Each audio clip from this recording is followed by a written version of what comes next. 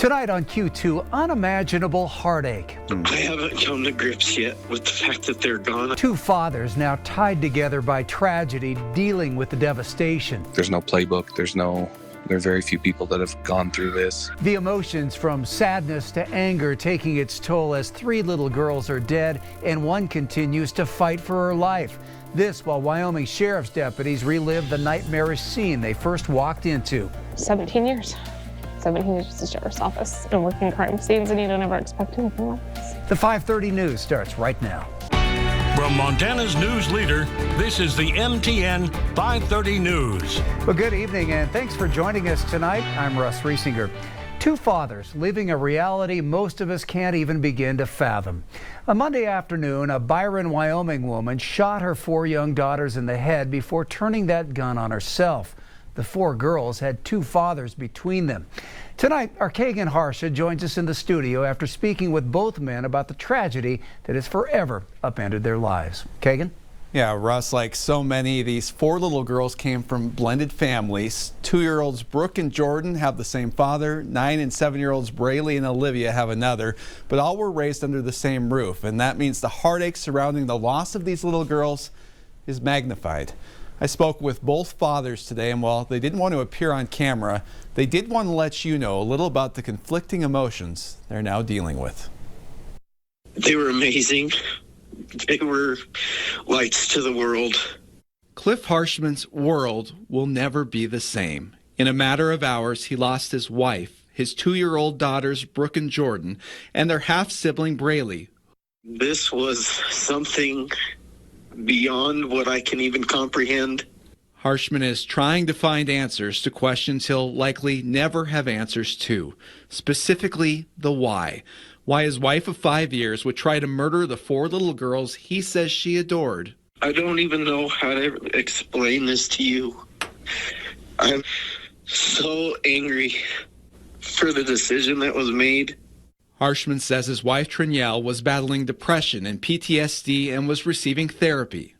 People don't understand how mental illness isn't just a willpower thing.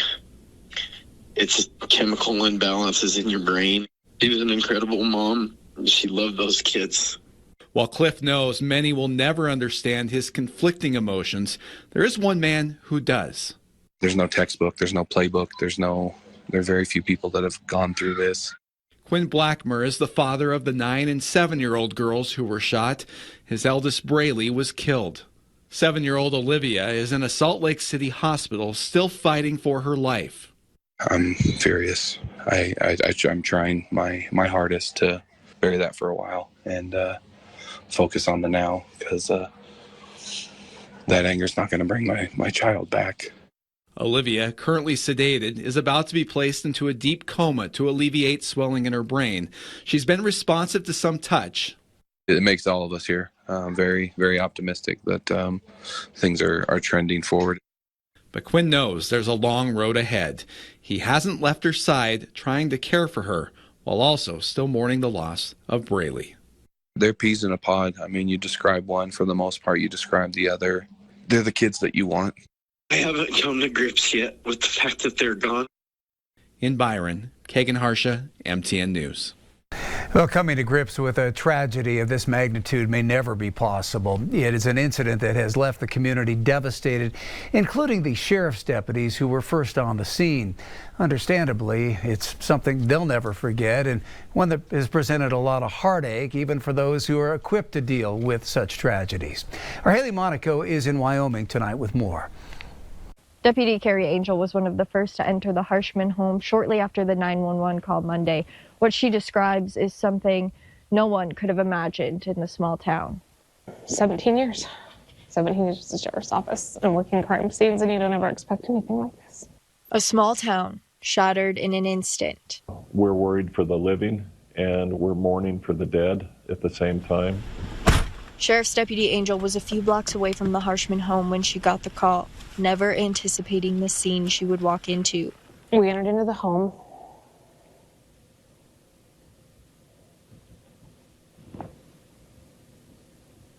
Clearing the home, I went back to the one little girl who was actually still alive and administered first aid to her. held her, stood there with her till EMS arrived and took her and continued first aid. 5 total people with gunshot wounds. 4 of them, young girls, all under 10 years old. This could have been any town USA. It happened to be Byron's turn. Unfortunately, this could have been any family. 32-year-old Tranielle Harshman shot her 4 daughters before turning the gun to herself.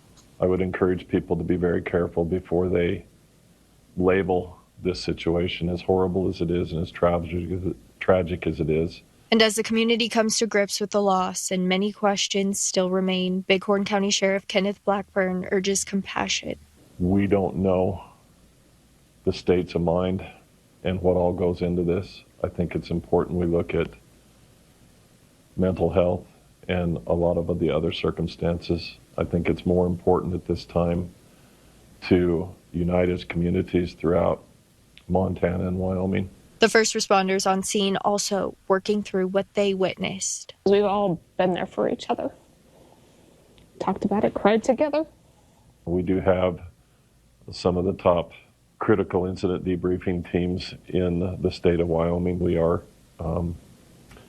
moving forward to make sure that we take care of them in the best fashion possible and give them our utmost support for the sacrifices they've made, which don't always include physical injuries. A lot of times they're injuries of the heart.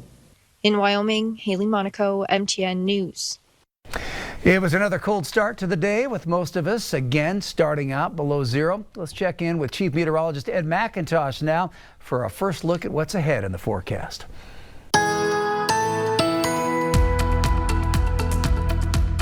Blue sky during the day, but it didn't warm up a whole lot. Really pretty shot with the Stockman Bank weather cam here this evening as we watch the sunset take over. Temperatures today, as Russ mentioned, started again below zero, -11 for Billings. We managed to struggle all the way up to 6 degrees, but the wind chill values felt below zero all day long. Top wind during the day so far is 21 miles per hour. And we're right close to where we would be on average based on snowfall at this point. Now we're going to add additional snowfall in, but first some areas of blowing snow with what's already on the ground. That's going to affect areas from Billings off towards the west tonight through at least tomorrow morning. We'll show you more on that. Plus cold wind chills first thing tomorrow. That's no big surprise, but more snow on the way for the weekend. Forecast is coming up.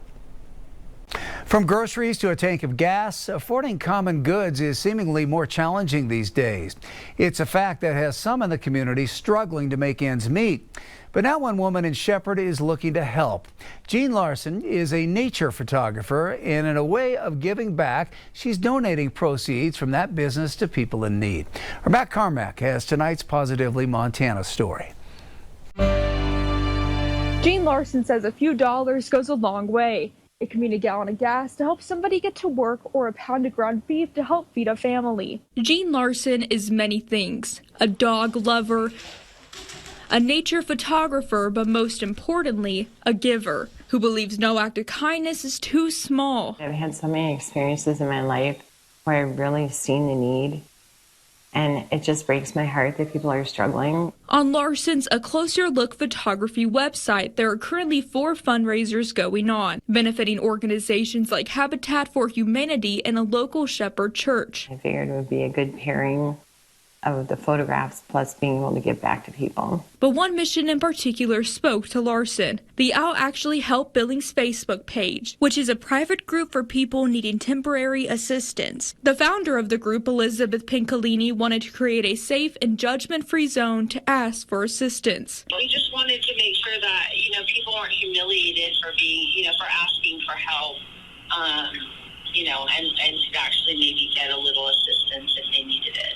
I just saw a lady that just needed a pound of ground beef. She had nothing to make her family for dinner. $20 for gas.